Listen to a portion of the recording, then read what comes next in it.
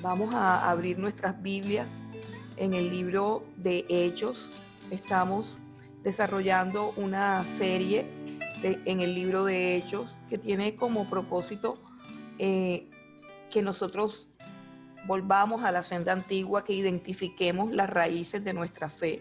Así se llama la serie, las raíces de nuestra fe. Y estamos viendo algunos principios básicos, esenciales del cristianismo, de nuestra fe, como su nombre lo dice, las raíces de nuestra fe. Y nuestro propósito con esta serie es que nosotros alcancemos, retomemos nuestra identidad como pueblo de Dios, nos afiancemos en la fe, recuperemos nuestra identidad, volvamos a la fuente, volvamos a las raíces y estemos preparados para los tiempos que están llegando, que requieren una iglesia más firme, más sólida, más valiente, una iglesia como la iglesia primitiva que pudo enfrentar la persecución, que pudo enfrentar las crisis y pudo enfrentarlas con gozo, no de una manera derrotista, no de una manera resignada, no, soportó las pruebas, vivió un cristianismo de poder, de autoridad, dio gloria a Dios con su forma de vida y dejó una huella imborrable en la historia. La iglesia primitiva es esa iglesia gloriosa y preciosa que el Señor Jesucristo fundó y de la cual cada uno de nosotros hace parte, pero que con el tiempo a veces no, pues a menudo se apartan, algunos líderes se apartan de las raíces, se apartan de los fundamentos, se apartan de la sana doctrina y sobre todo de las sagradas escrituras. Entonces, ahí es donde está el problema. Entonces, vamos al libro de Hechos.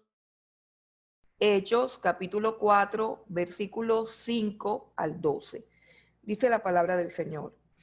Aconteció al día siguiente que se reunieron en Jerusalén los gobernantes, los ancianos y los escribas, y el sumo sacerdote Anás y Caifás, y Juan y Alejandro, y todos los que eran de la familia de los sumos sacerdotes.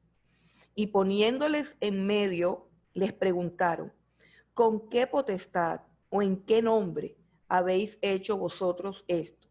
Entonces Pedro, lleno del Espíritu Santo, les dijo, gobernantes del pueblo y ancianos de Israel, puesto que hoy se nos interroga acerca del beneficio hecho a un hombre enfermo, de qué manera éste haya sido sanado, sea notorio a todos vosotros y a todo el pueblo de Israel, que en el nombre de Jesucristo de Nazaret, a quien vosotros crucificasteis y a quien Dios resucitó de los muertos, por él este hombre está en vuestra presencia sano. Este Jesús es la piedra reprobada por vosotros, los edificadores, la cual ha venido a ser cabeza del ángulo. Y en ningún otro hay salvación, porque no hay otro nombre bajo el cielo dado a los hombres en que podamos ser salvos. Padre, queremos darte gracias. Queremos darte gracias porque la gloria de tu nombre un día nos alcanzó, porque un día nos llamaste, porque un día nos escogiste.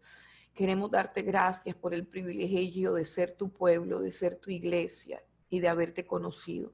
Señor, oramos en esta hora, en esta mañana, para que tú hables a nuestras vidas, para que tu Espíritu Santo descienda, Señor, sobre nuestras mentes, sobre nuestros corazones, sobre nuestros oídos, para que tú, Dios, hagas la obra perfecta, Padre Santo, y nos capacites para recibir tu palabra, para atesorarla, para comprenderla, para asimilarla y para obedecerla, Señor.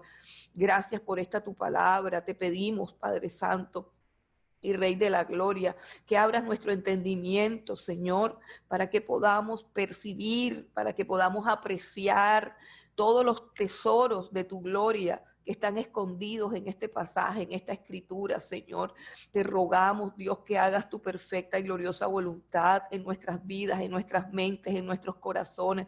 Acudimos a ti, Señor, en esta hora, necesitados, Señor, hambrientos de tu palabra, deseando con todas nuestras fuerzas que tú hables a nuestras vidas, que tú hables a nuestros corazones y que tu palabra nos llene, Señor, y produzca vida en nosotros y produzca el fruto que tú anhelas, que tú deseas, Señor. Toma el control, Dios del cielo. Toma el control, Padre, del internet. Toma el control de la plataforma de Zoom. Toma el control de mi vida, de mi mente, de mis pensamientos, Señor. Oramos para que tú te glorifiques, Señor. Oramos para que tú gobiernes, Señor, para que tú reines con poder, para que tú hagas tu obra gloriosa, Señor, para que tu nombre sea santificado en nuestras vidas, en nuestros oídos, en nuestros corazones, Señor, para que corrijas todo lo que está torcido, Padre, para que aclares todo lo que está confuso, Señor, para que afirmes y fortalezcas nuestra fe, Dios, en tus caminos y en tu verdad. Señor, gracias por tu amor, tu misericordia, tu palabra, por tu verdad de hoy. Te damos gracias, Señor, en el nombre de Jesús. Amén y amén. Gloria a Dios. La semana antepasada estuvimos mirando un milagro poderosísimo que hizo el Señor Jesucristo a través de sus apóstoles, a través de Pedro y Juan, y fue el milagro de levantar al cojo de la puerta de la Hermosa, un hombre cojo de nacimiento que por toda su vida había sido puesto allí para sacarle dinero a las personas, condenado a ser un mendigo. Dios lo había levantado frente a todo el pueblo y había sucedido algo que había revolucionado por completo toda la ciudad de Jerusalén y todo el templo. Entonces aquí dice que estos hombres estaban celosos, estos hombres estaban preocupados, quienes los escribas, los fariseos, pero básicamente los miembros del Sanedrín. El Sanedrín es el órgano religioso que gobierna los asuntos de Israel. Eran las autoridades religiosas de Israel y por supuesto habían sido los que habían crucificado al Señor Jesucristo. Lo que hicieron ellos fue una reunión intimidante. Dice el versículo 5 que se reunieron gobernantes, ancianos, escribas, el sumo sacerdote o los sumos sacerdotes que había en ese momento, dos sumos sacerdotes, Anás y Caifás, Juan, Alejandro y todas las familias de los sumos sacerdotes. Podemos imaginar que eran muchísimas personas, todos pertenecientes a altos rangos de autoridad religiosa, hombres que habían corrompido su llamado sacerdotal y que utilizaban su autoridad para intimidar a las personas. Israel le tenía miedo a este Sanedrín y ellos se reunieron con ese propósito. De hecho, ese era el deseo de ellos, intimidarlos con esta reunión, por así decirlo, con este tribunal. Y de hecho, la pregunta que hacen tiene un tono acusador. La pregunta tiene un tono acusador. En el versículo 7 la podemos leer. Dice, ¿con qué potestad?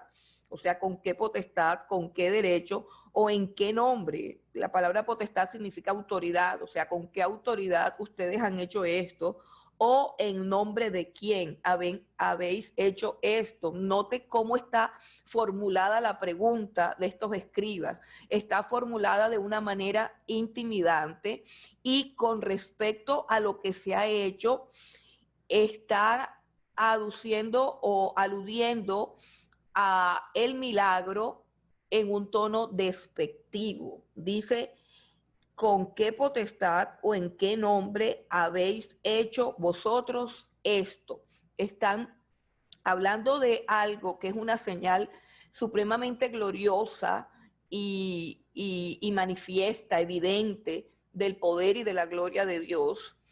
Y dicen con tono despectivo, ¿cómo han hecho esto?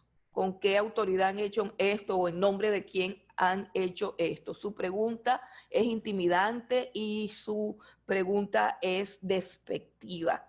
Mas, sin embargo, la Biblia dice que Pedro estaba lleno del Espíritu Santo. Pedro es un hombre que está lleno del Espíritu Santo. Y cuando una persona está llena del Espíritu Santo, a la hora de hablar, está siendo guiada por Dios. El plan del Señor Jesucristo para su iglesia era eso: ser llenos del Espíritu Santo para que a la hora de hablar se dijeran las cosas correctamente y se dijeran exactamente las cosas que se tenían que decir.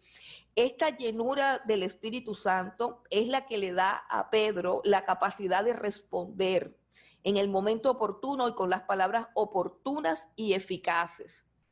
Esa es una destreza que da el Espíritu Santo. Debemos todos orar por el Espíritu Santo y buscar la llenura del Espíritu Santo e invocar al Espíritu Santo cada vez que se nos interroga, cada vez que se nos pide, que se nos cuestiona o que se nos dice algo. Debemos ser personas llenas del Espíritu Santo. La Biblia dice que los que son guiados por el Espíritu Santo, estos son los hijos de Dios. Entonces, aquí Pedro está lleno del Espíritu Santo. El autor, el Lucas, el escritor, nos hace la salvedad que él está lleno del Espíritu Santo. Entonces, fíjense cómo estar lleno del Espíritu Santo significa responder con sabiduría y responder con inteligencia. La inteligencia con la que ellos, los otros, los, los, los miembros del Sanedrín formularon la pregunta, es una inteligencia diabólica, es una inteligencia oscura, llena de malicia. Hay veces que las preguntas contienen una gran carga de malicia, una intención de dañar, una intención de destruir. Y todo creyente que predica el Evangelio y que desea cumplir con la gran comisión, obedecer al Señor Jesucristo, tiene que haber experimentado en algún momento de su vida que le hayan hecho unas preguntas así, unas preguntas que ya tienen como un sabor de ofensa, que tienen como una confrontación agresiva en su tono y en la manera como están formulados. Este Pedro, lleno del Espíritu Santo, del Espíritu de Dios, del Espíritu de paz, de amor, de gozo, de sabiduría, de verdad, de justicia, contesta de una manera impactante, porque dice el versículo 9, puesto que hoy, aquí está la respuesta, puesto que hoy se nos interroga acerca del beneficio. Ellos están interrogando como si hubiesen cometido un crimen. Le están colocando una connotación de que han hecho algo malo, de que han violentado algún precepto o algún mandamiento. Pero Pedro, lleno del Espíritu Santo, que es sabiduría, que es astucia, ¿cierto? Recuerdan a Jesús cuando le traen la mujer sorprendida en adulterio y él contesta astuta y sabiamente, según el Espíritu Santo contesta: el que esté libre de pecado que tire la primera piedra. Entonces aquí vemos la misma sabiduría, una sabiduría que proviene de lo alto, una sabiduría que derriba los argumentos de las tinieblas en contra de nosotros. Y él dice, puesto que hoy se nos está interrogando acerca de un beneficio, lo que hemos hecho es un beneficio, hecho a un hombre enfermo que ha sido sanado. Esa es la primera expresión del fluir de la sabiduría, de la inteligencia del Espíritu de Dios para ellos poder responder correctamente. Dice, ustedes nos están interrogando acerca de un beneficio que le hemos hecho a un hombre enfermo, el cual está delante de ustedes completamente sano. Y en ese momento, la respuesta de Pedro, un hombre lleno del Espíritu Santo, le da una estocada mortal. En ese mismo momento, la acusación que le están intentando hacer a estos hombres se ve completamente desmoronada, desplomada ante la sabiduría y la inteligencia de un hombre que está lleno del Espíritu Santo. Ahora, en su respuesta podemos analizar 5 cosas que queremos analizar en la respuesta que se da a la pregunta. Volvamos a la pregunta, ¿cierto? Ya miramos cómo lo primero que hace Pedro es derribar la connotación de acusación que tiene la pregunta. La acusación está destruida, la acusación está aniquilada con una respuesta sabia, inspirada por el Espíritu Santo. Pero ahora hay que responder la pregunta, y sobre esa respuesta de esta pregunta, entonces Pedro responde con 5 argumentos, que son los que vamos a exponer en esta mañana. El primer argumento tiene que ver con quiénes son ellos, los edificadores. Este Jesús es la piedra reprobada por vosotros, los edificadores. La primera cosa que les recuerda Pedro a ellos es que ellos fueron llamados para ser los edificadores del pueblo de Dios. Edificadores del pueblo de Dios. Ellos son los que habían recibido, estos sacerdotes, estos miembros del Sanedrín, ellos habían recibido de parte de Dios el privilegio, el llamado, la responsabilidad de edificar el pueblo de Dios, de edificar la casa de Dios. Pero ¿cómo habían respondido ellos? Habían sido unos edificadores torpes. En su comisión habían fracasado. Y es interesante que nosotros miremos cuándo fue que el Señor Jesucristo utilizó este texto. Este texto que ellos utilizan de la profecía que está en un salmo, donde dice la profecía que la piedra desechada por los edificadores ha venido a ser cabeza del ángulo. Eso era una palabra profética. Estaban citando las escrituras, no estaban esgrimiendo un argumento nuevo humano, están contestando con la escritura. Cuando nosotros contestamos con la escritura y cuando nosotros basamos nuestros argumentos en la escritura, la autoridad con la que hablamos no puede ser cuestionada. O sea, no importa quién yo sea, no importa si soy mujer, no importa si soy hombre, no importa de dónde provengo, no importa cuánta edad tiene. Cuando yo doy una respuesta basada en las escrituras, estoy simplemente citando la palabra de Dios. Ahora, esta cita de las escrituras, la piedra que desecharon los edificadores vino a ser cabeza del ángulo, y que es una palabra profética, la pronunció el Señor Jesucristo también en una ocasión donde también se hablaba de los edificadores. Edificadores muy malos porque no supieron escoger ni colocar en la piedra, no supieron escoger los cimientos.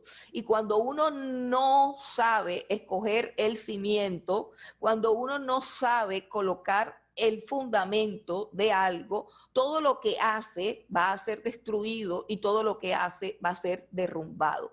El éxito de todo edificio, y es un principio que se puede aplicar a toda empresa, el éxito de todo edificio, de toda construcción, de toda casa, de toda empresa, de todo negocio, de toda actividad, es que yo sepa colocar un buen fundamento, un fundamento que pueda sostener todo el edificio y que asegure que ese edificio, esa casa, ese negocio o esa empresa va a sobrevivir en momentos de crisis. Y esa era la función de los edificadores. Pero ellos lo que hicieron con el fundamento sólido, con la piedra que le pusieron delante, que era la piedra que podía sostener el edificio, lo que hicieron con esa piedra fue desecharla. Lo crucificaron, lo calumniaron, lo juzgaron mal y lo entregaron para ser muerto. Ellos desecharon esa piedra. El Señor Jesucristo lo sabía. Y En Mateo capítulo 21 nosotros encontramos una parábola. ¿Por qué ellos desecharon a Jesús? ¿Por qué ellos desecharon la piedra angular? ¿Por qué ellos no se dieron cuenta que este era el único fundamento que podía sostener al pueblo de Israel como pueblo de Dios? ¿Por qué no lo hicieron? ¿Será que fue por ignorancia? ¿Será que fue por error? ¿Será que hubo una confusión? ¿Será que de pronto no había suficiente revelación bíblica para que ellos pudieran entender que Jesucristo era esa piedra angular sobre la cual tenían que edificar toda la fe de Israel, toda la estructura del reino de Dios en la tierra? ¿Será que ellos no entendían? Pues el Señor Jesús, en una parábola que está en Mateo capítulo 21, a partir del versículo 33, nos muestra en qué consistió el error de estos edificadores, en qué consistió el fracaso de los líderes religiosos del pueblo de Israel. Dice Mateo 21, versículo 33, oíd otra parábola.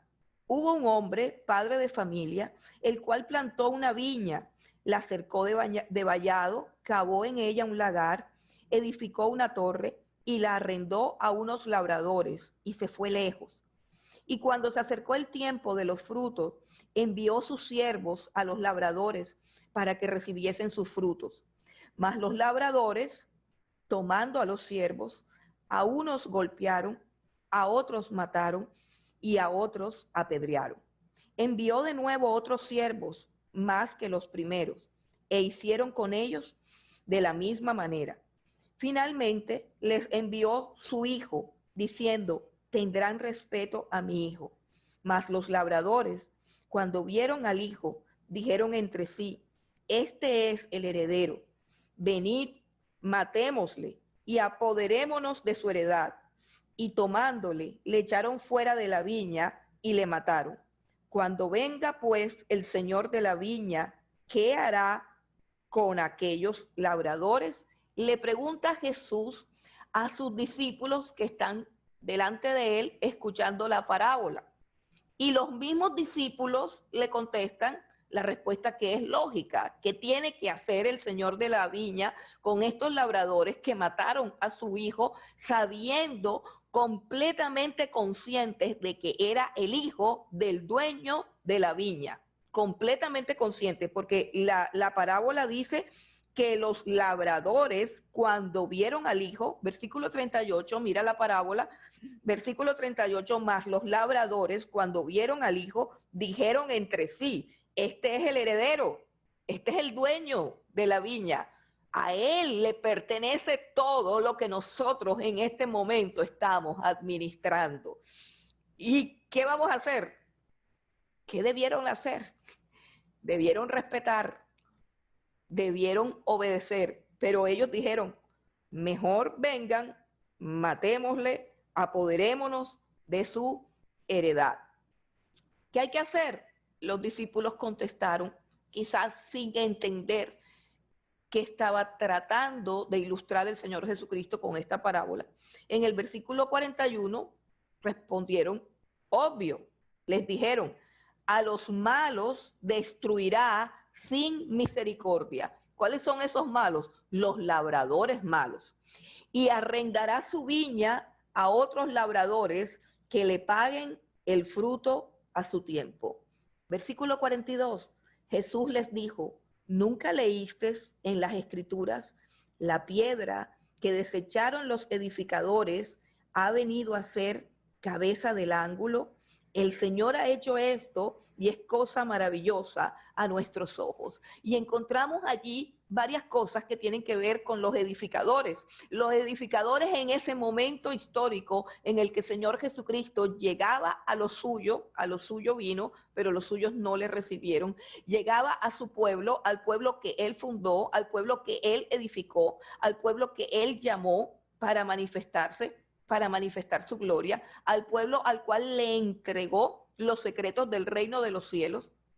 Él llega, pero los edificadores, los perversos hombres, no es que no conocen, no es que no pueden identificarlo, No, conocemos muy bien la historia de los evangelios cuando el Señor Jesús nació y vinieron unos reyes de Oriente a adorarle.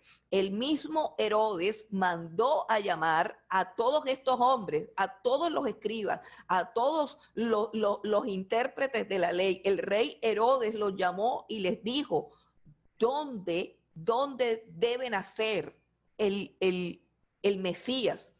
Y estos edificadores tenían claro todos los pormenores que tenían que ver con el nacimiento del Mesías, cuya esperanza era la razón de existir del pueblo de Israel.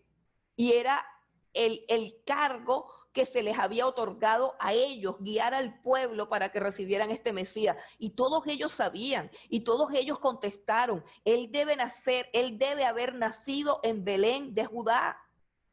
Y debe tener aproximadamente entre 1 y 2 o 3 años.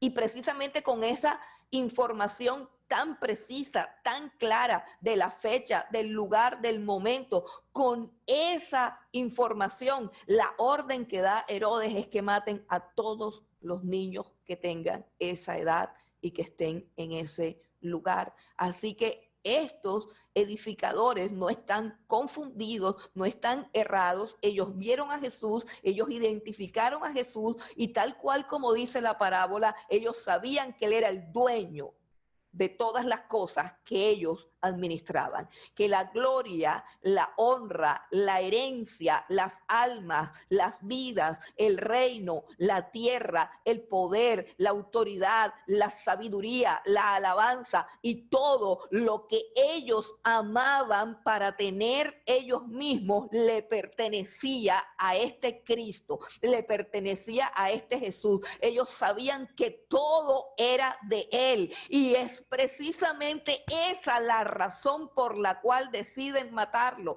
Es esa precisamente la razón por la cual deciden desecharlo. Porque venido Cristo, la gloria de todos ellos, el poder, la alabanza y todo lo que le habían robado a Dios tenía que pasar a manos del verdadero dueño de todas las cosas, que es Cristo Jesús.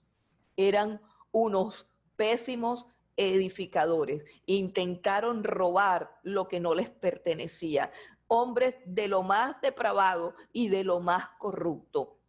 Pero esa es la historia solamente de los judíos, esa es la historia solamente del Sanedrín, ese fue el caso solamente del sumo sacerdote y de todos los demás. No, hermanos, ese es el caso de muchos líderes religiosos que se colocan en el lugar de Cristo y exigen del pueblo de Dios la honra, la gloria, la reverencia, la devoción que solamente le pertenecen al Señor. Saber edificar es saber colocar el fundamento correcto. Saber edificar es llevar las almas a que adoren al único que es digno de ser adorado, al Señor Jesucristo. Ellos fallaron en su trabajo y ellos fallaron en su labor, fracasaron por completo. Y hoy en día, todo ministro del Evangelio, todo siervo de Dios se enfrenta al grave peligro de cometer tan execrable maldad de robarse lo que es del Señor Jesucristo, la gloria que le pertenece solo a Él.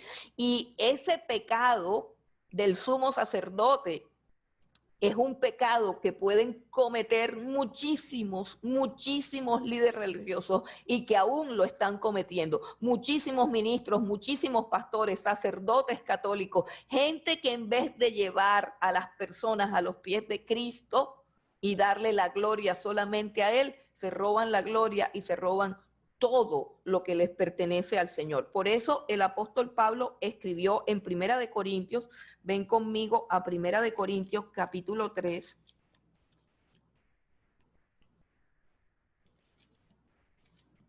Algo bien importante para todo aquel que tiene discípulos, para todo aquel que tiene un rebaño. Y no estoy hablando de pastores con iglesia, estoy hablando de cada vez que preparas una clase, de cada vez que preparas un devocional, que cada vez que preparas una enseñanza bíblica, cada vez que te diriges a las personas para instruirlos en la fe, tienes que tener en cuenta de que tienes que ser un buen edificador.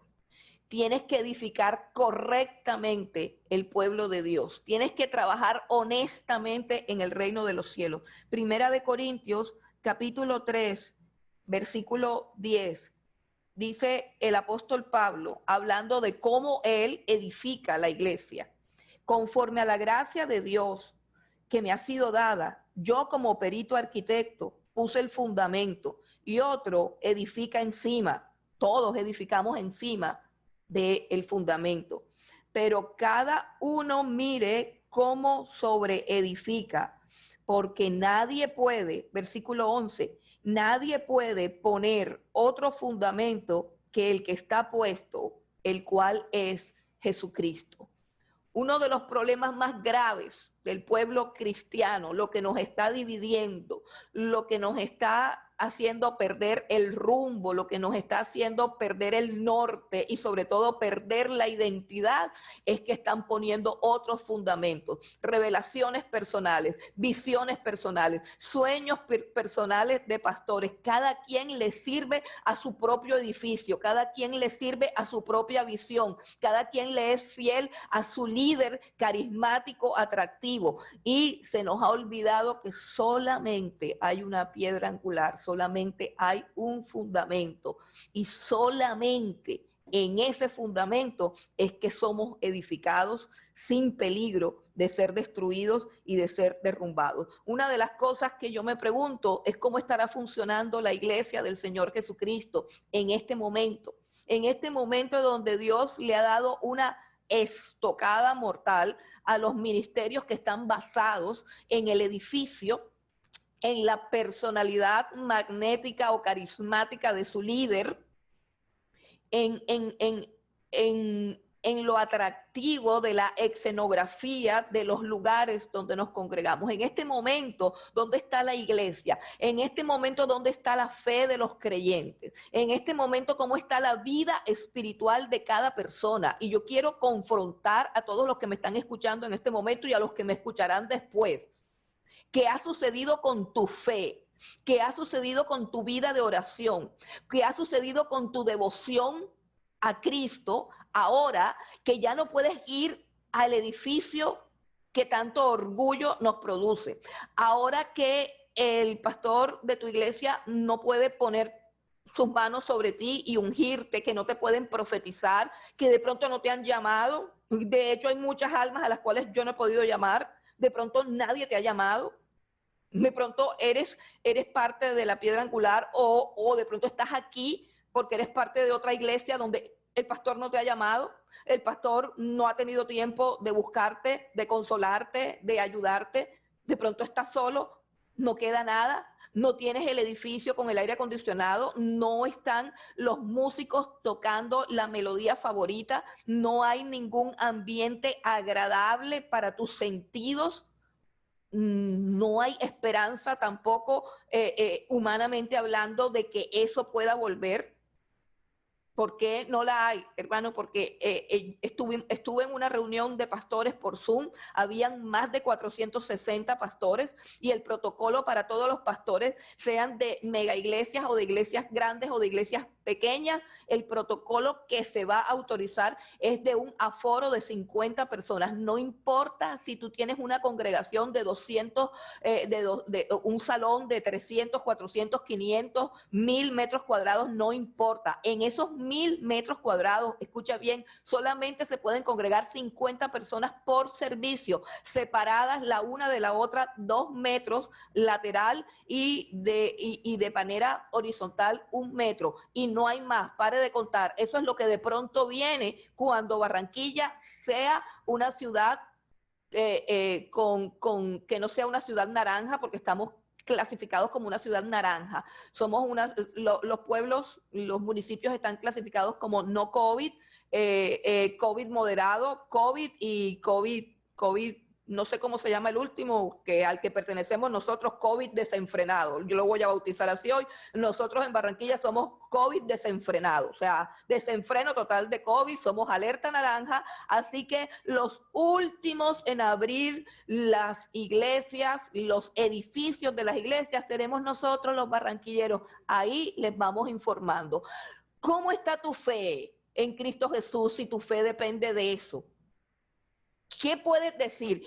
¿Cómo está la intensidad de tu oración, de tu vida de devocional? Ah, es que ya yo no oro, porque es que yo oraba, era cuando me llamaban, yo oraba, era cuando me buscaban, ya yo no adoro a Dios, ya yo no puedo alabarlo, porque es que eso suena muy feo, porque así no podemos alabar a Dios, yo necesito la música, la ecualización, yo necesito que suene divino, yo necesito los violines, yo necesito estar allá en mi iglesia. ¿Cómo extraño mi iglesia? ¿Qué es lo que extraña? Porque nosotros, yo personalmente extraño a los hermanos, no extraño la casa. Esa casa yo la entregué y me dio pesar porque al entregarla sabía que no teníamos la posibilidad de abrazarnos y porque en ese lugar vivimos muchas cosas, pero la casa como tal no vale nada y esa casa no puede afectar mi fe ni para bien ni para mal porque son simplemente unas paredes de ladrillo, nada tiene que ver con el fundamento de mi fe. Mi fe está puesta en la persona del Señor Jesucristo, el cual está ahora mismo en medio de nosotros con la misma presencia intensa, poderosa y gloriosa como estuvo cuando nos reuníamos en aquella casa. El Señor está aquí. Él lo dijo, cuando dos o más se reúnen en mi nombre, yo estoy aquí. No importa si suena bonita la alabanza, no importa si sientes un frío, si sientes un calor, si no sientes nada, no importa. Él está aquí en medio de nosotros y su presencia está garantizada hasta el fin del mundo. He aquí yo estoy con vosotros todos los días hasta el fin del mundo. Y mi pregunta es si tu fe está fundamentada en esa presencia de Jesús que está en tu casa, que está en tu habitación, que está contigo. Si tú tienes conciencia de eso las 24 horas del día, como para que entiendas que tú eres un real sacerdote que continuamente tiene que estar ofreciéndole a Dios sacrificios de alabanza y de adoración con las herramientas, con las palabras, con los sentimientos, con las formas que tú puedas, pero tu cuerpo y tu ser es el verdadero templo donde Dios tiene que ser exaltado, adorado, glorificado y temido. Ese es el verdadero tiempo, el verdadero templo de Dios. Y ahora Dios ha destruido todas las cosas y todas las arandelas para dejarnos a solas con Dios. Y cada uno de nosotros está a solas frente a Dios. No tenemos dónde agarrarnos. El único lugar donde nos podemos agarrar para que nuestra fe sea firme es del propio Señor Jesucristo. No pienses que tienes que depender de otra cosa diferente. No, no. Hemos trabajado, hemos enseñado, hemos insistido en que cada uno de nosotros debe volverse al Señor Jesucristo y aferrarse a Él porque es en Él en el que está la vida. Nunca hemos trabajado para traer a las personas a nuestros pies ni para que nos adoren a nosotros, porque en ese caso seríamos desechados. Dice, si la obra de alguno se quemare, ¿cómo se quema mi obra? Cuando Dios al pasarla por el fuego y como nos está pasando a todos por el fuego, descubra que estamos haciendo las cosas para exaltarnos a nosotros mismos, que de la misma manera que aquellos labradores malvados, ese falso sumo sacerdote, le robaba la gloria al Señor Jesucristo, de la misma manera que no seamos hallados nosotros haciendo las mismas cosas, que todo lo que hagamos sea para Él, que sea por Él y que sea para llevar las almas y las vidas a Él. Es tiempo, iglesia, de que cada uno de nosotros busque al Señor Jesucristo y se fortalezca personal e íntimamente, directamente con Él. Estos son los labradores malvados. Ahora vamos a otro argumento, la piedra escogida, es la piedra principal del ángulo. Dice, este Jesús es la piedra reprobada, pero el Salmo 118 dice que es una piedra escogida por Dios, es una piedra preciosa. pero la llaman la piedra angular. Este es un tema que a mí me gusta porque cuando comenzó el ministerio, cuando Dios nos llamó al ministerio y cuando Dios nos mostró que nos debíamos separar de nuestro concilio porque no teníamos el mismo llamado, no teníamos la misma visión, tanto el pastor Carlos Arturo como yo nacimos en las asambleas de Dios, pero las asambleas de Dios no tiene como visión la defensa de la sana doctrina, que fue el ministerio que Dios nos entregó tanto al pastor Carlos Arturo como a mí, defender la sana doctrina, colocar el fundamento correcto. Y recuerdo que ese fue el lema que el Señor nos regaló en Corintios, en Primera de Corintios 3, 11, donde dice que nadie puede colocar otro fundamento que el que está puesto, el cual es el Señor Jesucristo. Y ahí llegó a nuestros corazones que nuestro ministerio se llamaría la piedra angular, precisamente por eso, porque nuestro propósito era llevar a las personas a Cristo y a las Escrituras y que no dependieran de ningún pastor, que no dependieran de ningún ministerio, que no dependieran de ninguna visión, que no dependieran de ningún concilio, que estuvieran preparados para momentos como estos en los cuales no importa el concilio ni el edificio ni nada, lo que importa es qué tan arraigado y cimentado estás tú en la persona del Señor Jesucristo. Esta piedra angular se llama piedra angular, es una manera de referirse a una piedra que se colocaba en la esquina de un ángulo del edificio y esa piedra tenía la capacidad de sostener las dos paredes. Imagínense un ángulo de un edificio cuadrado, las dos paredes se unen con una piedra que es lo suficientemente fuerte para que sobre ella se edifiquen los dos muros, las dos paredes, por así decirlo, que van a subir bien alto y que van a estar siempre unidas y sostenidas por esta piedra angular que sostiene las dos paredes.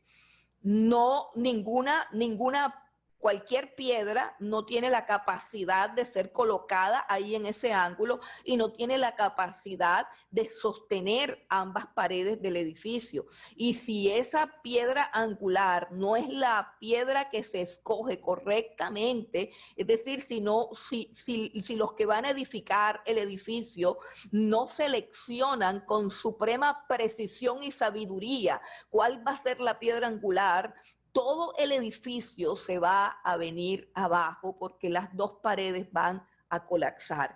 Y este ejemplo de la arquitectura antigua de aquellos tiempos es el ejemplo que utiliza Dios el Padre, porque esto es una profecía del Antiguo Testamento, está en Isaías, está en el Salmo 118, de que cuando todo se desmoronara, cuando la mentira corriera, el engaño y la maldad, solo habría una piedra, una verdad, un fundamento, algo que nos podía sostener, y ese era el Señor Jesucristo. Fue anunciado por Isaías que Él sería la piedra angular del reino de Dios. Fue anunciado por el salmista en el Salmo 118.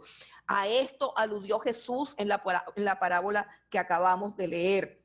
Y también entendemos que Pedro lo comprendió perfectamente. El que respondió así fue Pedro. Y es significativo porque Pedro comprendió con claridad la importancia de este fundamento, de esta base, cuando el Señor Jesús le hizo la pregunta a sus discípulos. Yo quiero que vayamos al texto porque es supremamente importante que lo recordemos y porque leer la Biblia no le hace daño a nadie, por el contrario, hace mucho bien. Vamos a Mateo capítulo 16 para recordar el momento glorioso en que Pedro se da cuenta de que Cristo es la piedra angular o de que el Señor Jesucristo mismo revela quién es Él. Mateo capítulo 16, versículos 13 al 18. Voy a leer, dice: viniendo Jesús a la región de Cesarea de Filipo, preguntó a sus discípulos diciendo: ¿quién dicen los hombres que es el Hijo del Hombre? Ellos dijeron: unos Juan el Bautista, otros Elías y otros Jeremías o alguno de los profetas. Él les dijo, ¿y vosotros quién decís que soy yo? Respondiendo Simón, Pedro dijo, tú eres el Cristo, el Hijo del Dios viviente. Entonces le respondió Jesús, bienaventurado eres Simón, hijo de Jonás, porque no te lo reveló carne ni sangre, sino mi Padre que está en los cielos. Y yo también te digo que tú eres Pedro, y sobre esta roca edificaré mi iglesia, y las puertas del Hades no prevalecerán contra ella. Miren qué palabra. Está aludiendo Jesús al mismo concepto. Tú, Pedro, acabas de decir algo bien tremendo. Tú eres el Cristo, el Hijo del Dios viviente, y lo has recibido como una revelación directa de mi Padre que está en los cielos. Esa piedra es la piedra angular de mi iglesia, dice el Señor Jesucristo.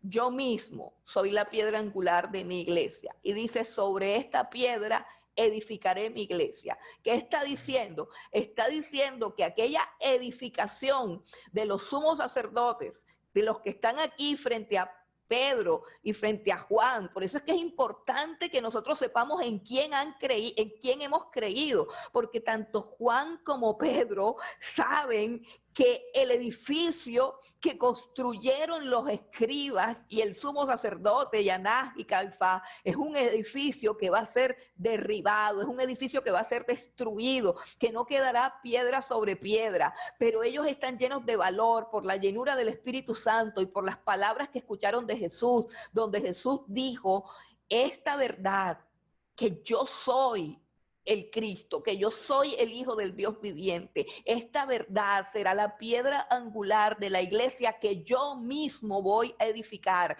Y ellos están siendo edificados allí sobre esa piedra y por eso se sienten firmes, por eso se sienten fuertes, por eso se sienten seguros, por eso no hay un ápice de cobardía ni de temor, por eso se están enfrentando a una horda de usurpadores del reino de Dios que ya han sido juzgados y condenados y que su fin ya está listo, mientras que ellos son esa iglesia que está siendo edificada sobre la roca inconmovible de los siglos, sobre la piedra angular que es Cristo, el ungido de Dios, el Hijo del Dios viviente, y ellos saben que el edificio al cual pertenecen ellos es un edificio que no podrá ser destruido ni siquiera por el mismo infierno. Las puertas del Hades no prevalecerán contra mi iglesia. ¿Te sientes así, iglesia? ¿Cómo te sientes ahora? Y eso te va a arrojar muchas luces acerca de si estás cimentado en la piedra angular. Tu vida está cimentada en la piedra angular que es el Señor Jesucristo. En este momento donde no se sabe el mundo para dónde va, el mundo no sabe para dónde va, pero nosotros, la iglesia, sabemos perfectamente para dónde vamos. Sabemos quién es nuestra piedra angular, sabemos quién es el que nos sostiene, sabemos quién es el que nos guía, sabemos quiénes somos y conocemos que porque Él es la piedra que nos sostiene a nosotros, sostiene las paredes del edificio de la iglesia que está conformado con cada uno de nosotros. Cada uno de nosotros es una piedra de esa pared. Pero si tenemos a Cristo en el lugar que debe ser tenido, y más adelante hablamos de esto, nosotros no podemos ser derribados por ningún virus, por ningún COVID, por ninguna pandemia, por ningún orden mundial, por ninguna nueva normalidad. La iglesia del Señor Jesucristo es indestructible, ni el infierno mismo puede con ella, no porque tú y yo seamos débiles. Tú y yo, no porque tú y yo seamos fuertes, tú y yo somos débiles, supremamente frágiles, supremamente vulnerables, pero estamos cimentados sobre una piedra angular que es indestructible. Hemos sido edificados sobre la roca inconmovible de los siglos. Por eso te pregunto cómo está tu fe. Por eso te pregunto cómo estás. ¿Estás flaqueando? Es posible que tu fe no tenga el fundamento correcto. Es posible que bajo tus pies no esté la piedra angular de nuestro Señor Jesucristo. Mire lo que dice Primera de Pedro Pedro, que es el experto en esto de los fundamentos. De hecho, él es el primer pastor. De hecho, es el primer líder religioso, el primer predicador cimentado en el Señor Jesucristo. Primera de Pedro, capítulo 2.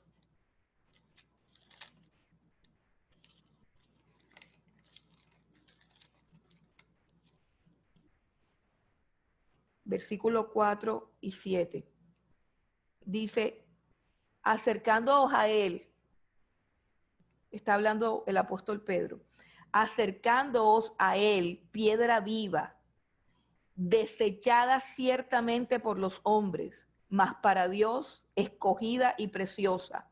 Vosotros también, como piedras vivas, sean edificados como casa espiritual y sacerdocio santo para ofrecer sacrificios espirituales aceptables a Dios por medio de Jesucristo, por lo cual también contiene la escritura: he aquí que pongo en Sión la principal piedra del ángulo, escogida, preciosa, y el que creyere en él no será avergonzado. ¿Qué te está diciendo Pedro? Acércate a él, acércate a él. Si tu mundo se derrumbó, acércate a él. Si estás lleno de angustia, acércate a él. Si estás lleno de dudas y de incertidumbres, acércate a él. Si tienes pacientes, si tienes enfermos, si tienes personas que conoces que son pacientes de COVID, si hay confusión, turbación, angustia, dolor, terror en tu corazón, dice, acércate a él. Acércate a él, que tu vida sea edificada en él. Esa es la piedra escogida. La tercera cosa o el tercer argumento, y vamos de menos a más, porque ahora la cosa es más fuerte, la respuesta es más fuerte, la respuesta es más firme, la respuesta que da Pedro es supremamente confrontativa y dice, y en ningún otro hay salvación. En ningún otro hay salvación. No hay manera de ser salvo sino a través del Señor Jesucristo. Cuando el Señor Jesucristo preguntó a sus discípulos, ¿quién creen ustedes que soy yo? Estaba verificando si ellos de verdad eran salvos. Porque se puede estar con el Señor Jesucristo y no ser salvo. Se puede andar en medio de los discípulos del Señor Jesucristo y no ser salvo. Se puede estar escuchando su palabra y se puede inclusive disfrutar de sus beneficios y de sus milagros y no ser salvo. Y la persona de Judas es la evidencia de lo que estamos diciendo. Un ejemplo claro de estar con Jesús, un ejemplo claro de servir en la iglesia, un ejemplo claro de andar con los verdaderos discípulos y no haber encontrado la salvación. Así que la pregunta más importante y trascendental que nos podemos hacer es, ¿quién es Cristo en nuestra vida? ¿Quién es Cristo en nuestra vida? Y lo que el Señor demanda no es una respuesta teológica ni doctrinalmente correcta, que muchos la pueden tener, incluido el diablo y los demonios. Lo que demanda Jesús al responder esta pregunta es que tú hayas colocado al Señor Jesucristo en el lugar donde Él tiene que ser colocado. El Señor Jesucristo es la piedra angular y la piedra angular tiene un lugar estratégico donde tiene que ser colocado para sostener toda la edificación. De la misma manera, en tu vida, el Señor Jesucristo tiene que tener el sitio estratégico. El Señor Jesucristo tiene que ser también tu piedra angular. Tiene que ser el fundamento de todo lo que haces, de todo lo que anhelas, de todo lo que deseas, de todo lo que dices, de todo lo que planeas, de todo lo que buscas, de todo lo que emprendas. Él tiene que ser el único fundamento de tu vida y de tu salvación. Tú no puedes confiar en nada ni en nadie más para tu salvación. La única piedra angular que existe y que debe existir en tu vida es el Señor Jesucristo. ¿Sabes lo que hace el diablo para destruir el reino de Dios, para destruir personas, para destruir iglesias? ¿Sabes lo que hace el enemigo? Corre la piedra angular, no la quita siempre, la coloca en cualquier otro lugar, no en el centro del ángulo, no, la corre, la corre. Y así encontramos una cantidad de ministerios que aparentan ser buenos, pero son hechura del mismo diablo. Porque cuando quitamos la piedra angular del sitio estratégico donde ella sostiene el edificio y la podemos correr hacia arriba, hacia la izquierda, hacia la derecha o a cualquier lugar, el edificio se va a caer. Aunque esa piedra esté en otro lugar, el edificio se va a caer porque la piedra angular tiene que estar en el lugar que le corresponde a esa piedra. ¿Y qué sucede? Que el diablo ha inventado un sinnúmero de religiones que tienen a Cristo, pero Cristo no es su piedra angular. Tenemos los testigos de Jehová, creen en Jesucristo, pero ellos dicen que Jesucristo es el arcángel Gabriel, y la piedra angular de los testigos de Jehová es el orgullo de pertenecer al reino de los testigos de Jehová. Y espero que me estén entendiendo. Para los testigos de Jehová, la salvación está en ser testigos de Jehová. El que no es testigo de Jehová no es nada. Y Cristo es una piedra que está por ahí en algún lugar, pero no es la piedra angular. Los adventistas reconocen al Señor Jesucristo como el Hijo de Dios y como el Salvador, pero el orgullo de los adventistas es que ellos guardan el sábado. Así que está Cristo en la piedra angular, pero está corridito y al lado, como piedra angular, está el sábado. Los católicos creen en Cristo, sí, claro, ellos creen en Cristo como nuestro Salvador, Redentor, murió en la cruz, etcétera, etcétera. Pero Cristo no es la piedra angular de la Iglesia Católica. Cristo está a un lado. Cristo está a un lado. Ellos tienen a María y ellos tienen al Papa. ¿Sí ve? Todos dicen tener a Cristo. Y aquí llegamos al punto donde el discurso, donde el sermón cristiano no haya cabida en ninguna parte. O Jesucristo es la piedra angular o tú no eres salvo. No, pero es que todos somos salvos, es que todos los caminos conducen a Roma, es que todos los caminos conducen al cielo, es que tu Dios y mi Dios. No. La base, el fundamento del Islam, el Islam reconoce a Jesucristo como un profeta más. Pero en el fundamento del Islam dice que solamente hay un Dios que se llama Alá y Mahoma es su profeta. Y Jesucristo es otro de los profetas, pero el Dios genuino del Islam es Alá. Y el profeta principal es Mahoma. Y Jesucristo es otro profeta, buena gente y todo, pero ¿quién es Jesucristo para ti? ¿Y en qué lugar de tu vida está Jesús? Dice, en ningún otro hay salvación. Todas las religiones del mundo buscan dejar a Jesús a un lado, y si hay mucho escándalo, pues no lo quitamos, pero colocamos otro fundamento, colocamos otra piedra angular, sea Mahoma, sea el sábado. Los Gálatas colocaron la circuncisión en la piedra angular. ¿Han leído la carta a los Gálatas? Los Gálatas empezaron a enseñar que si si los hombres no se circuncidaban, entonces no podían ser salvos. Y entonces, ¿cuál era la piedra angular? Ya no era Cristo. Sí, había que creer en Cristo. Jesucristo era una piedra más del edificio, pero la piedra angular era la circuncisión.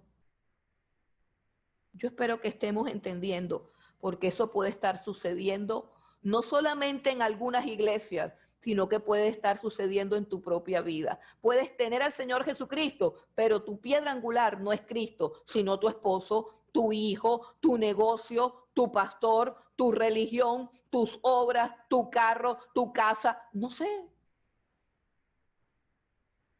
A veces es la misma doctrina, la piedra angular. No, la piedra angular no es la doctrina, la piedra angular es la persona de Jesús. La piedra angular no es tener sana doctrina. Escuchen, hay gente que piensa que es salva porque su doctrina es sana, pero no tienen a Cristo en sus corazones, ni sus vidas dependen de Él. El engaño es muy sutil, el engaño es muy sutil. Mueves la piedra angular 1 milímetro a la izquierda o 1 milímetro a la derecha y el edificio se viene abajo, y eso el diablo lo sabe. Y por eso encontramos una cantidad de ministerios con visión. O sea, nuestra visión es traer el evangelio del Señor Jesucristo a las naciones para que los pueblos sean prosperados y haya justicia social. No, hermano, no, no, no. Jesucristo no vino a prosperar los pueblos ni a traer justicia social. Eso es una añadidura. Jesucristo vino fue a traer el reino de los cielos a mi corazón, a tu corazón y a la tierra. Se trata del reino de Dios en la tierra. Es decir, que aquí en la tierra, en mi vida, en tu casa, se haga no lo que yo quiero ni lo que tú quieres, sino lo que Dios quiere. El reino de Dios.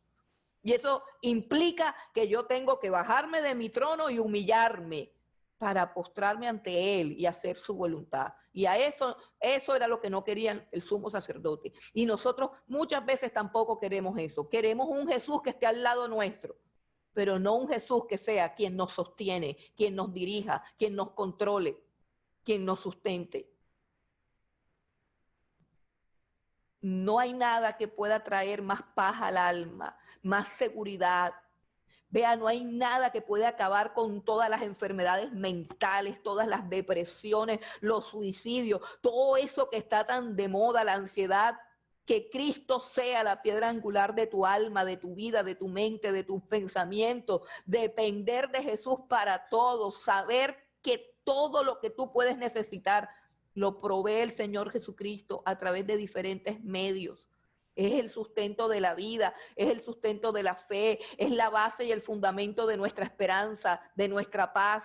Jesucristo es mi Salvador, Jesucristo es mi Redentor, Jesucristo es mi esperanza de que hay un futuro. El que me sostiene hoy, el que me sostiene mañana. Si algo produce la fe puesta en la persona del Señor Jesucristo, es salud mental. Salud mental.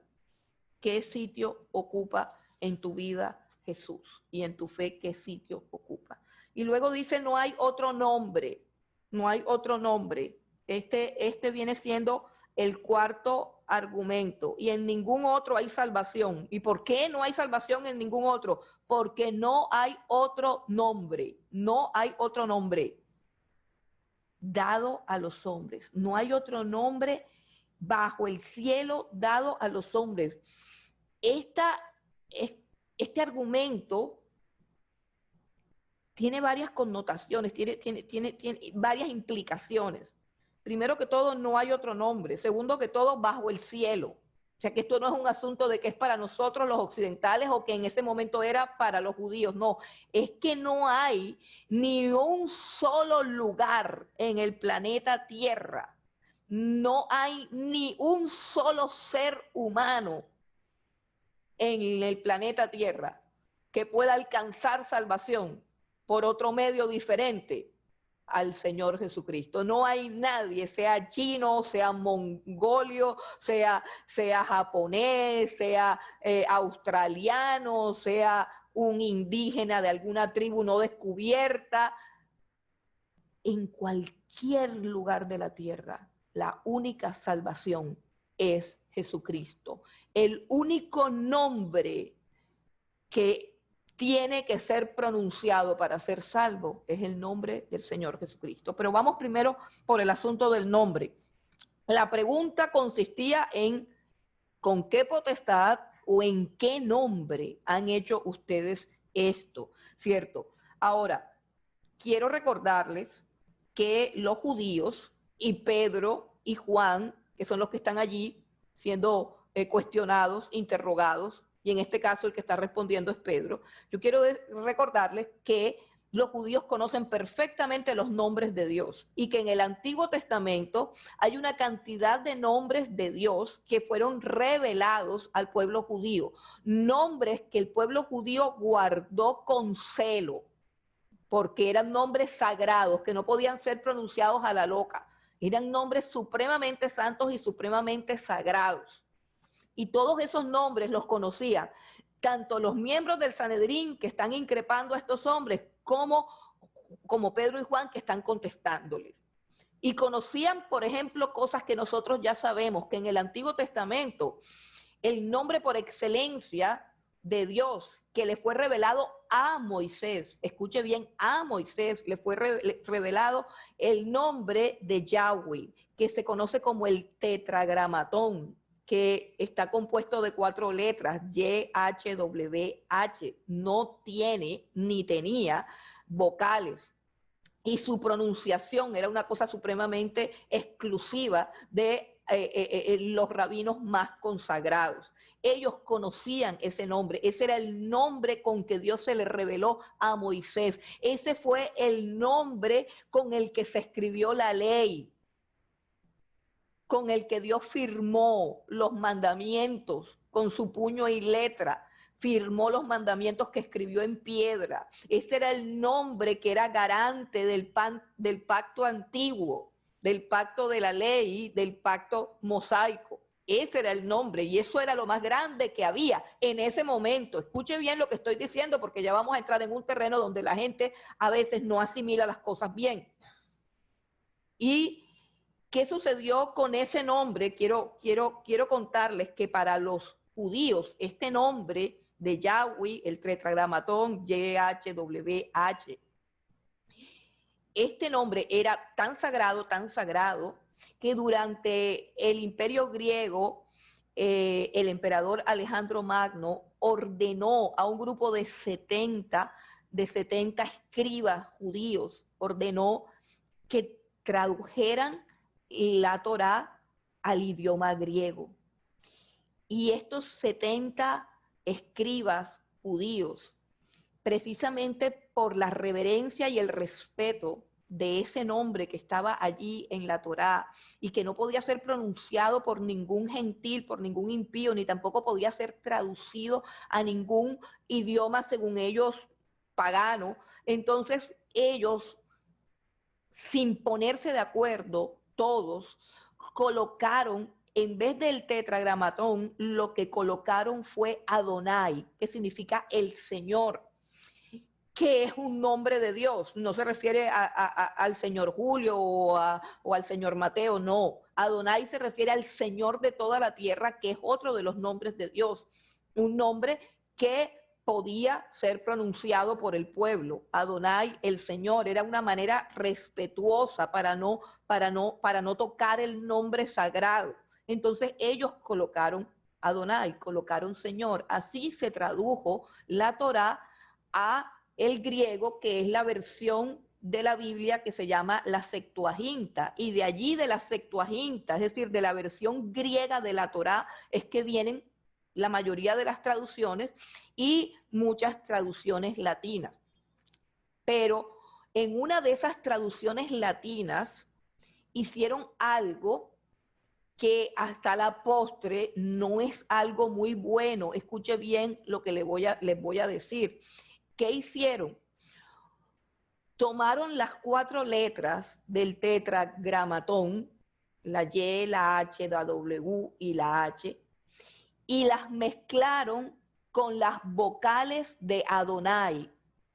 Y de ese híbrido, es decir, de la mezcla de las consonantes del tetragramatón nombre de Dios y las vocales de Adonai, nace una palabra nueva que es Jehová.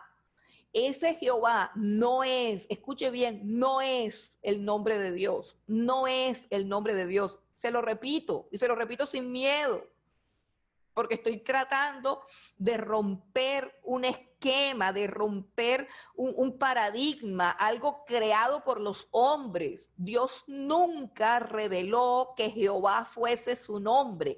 Fue un híbrido que se formó entre las letras genuinas de su nombre y las vocales de Adonai.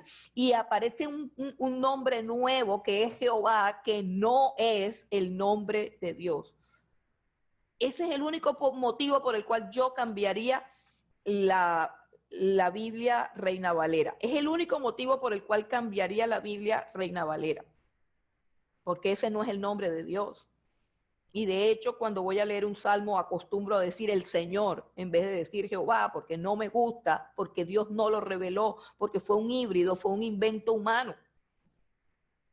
Entonces quiero que sepan eso para que lo tengan claro. A nosotros Dios no nos dio. A ver, ¿qué dice el versículo? No hay otro nombre, no hay otro nombre bajo el cielo dado a los hombres.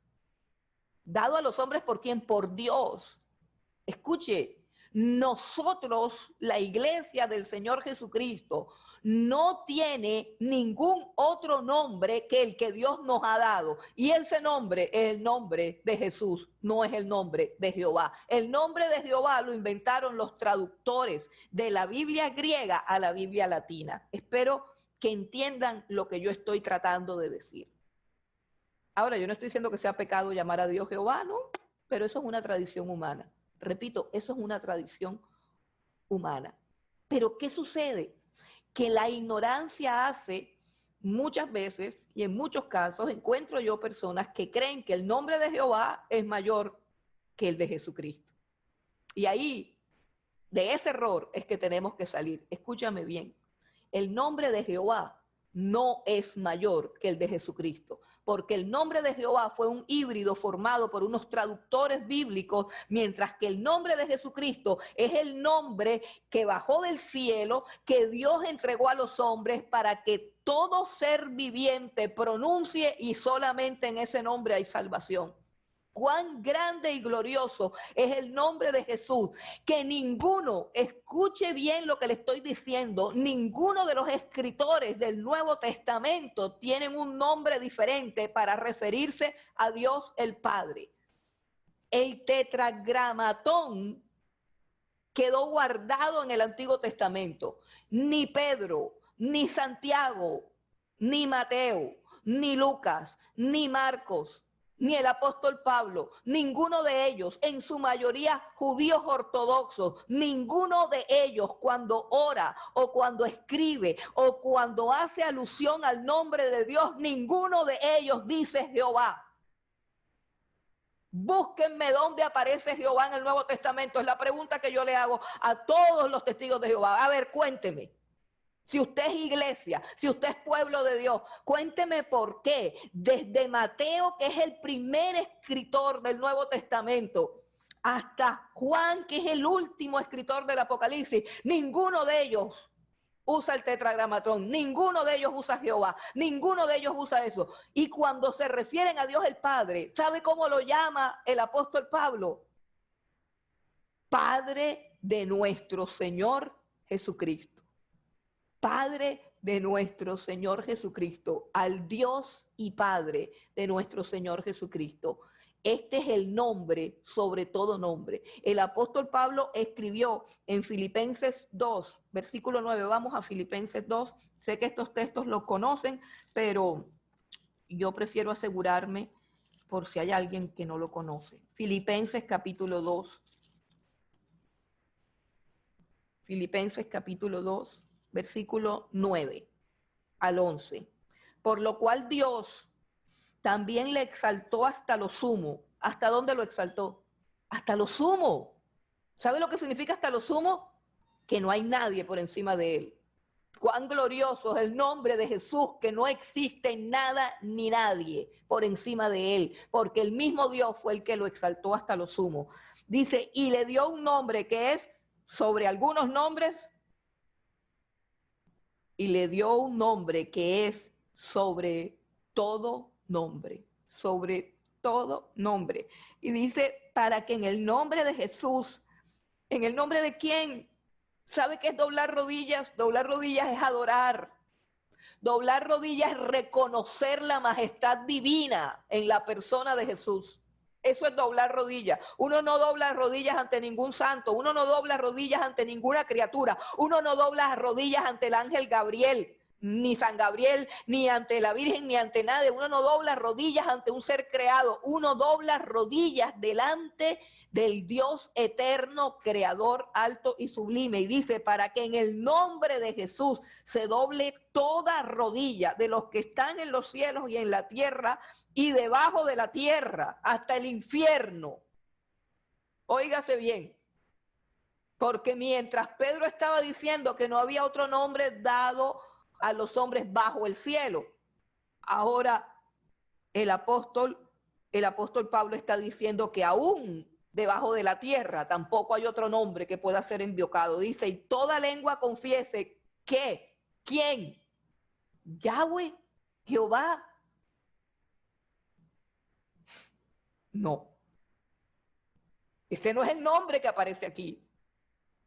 Ese no es el nombre ante el cual se va a arrodillar toda la humanidad, todos los demonios, todos los ángeles, todo ser creado se va a arrodillar y va a confesar el nombre de Jesucristo.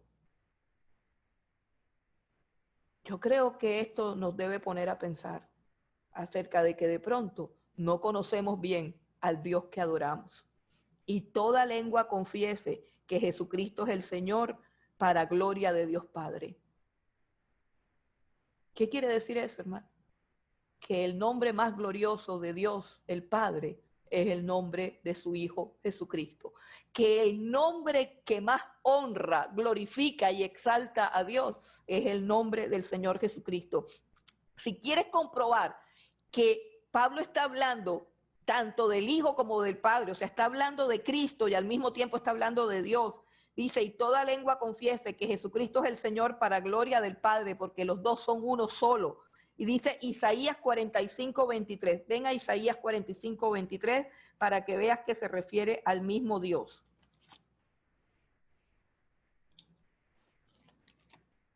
(45:23) Por mí mismo está hablando Yahweh.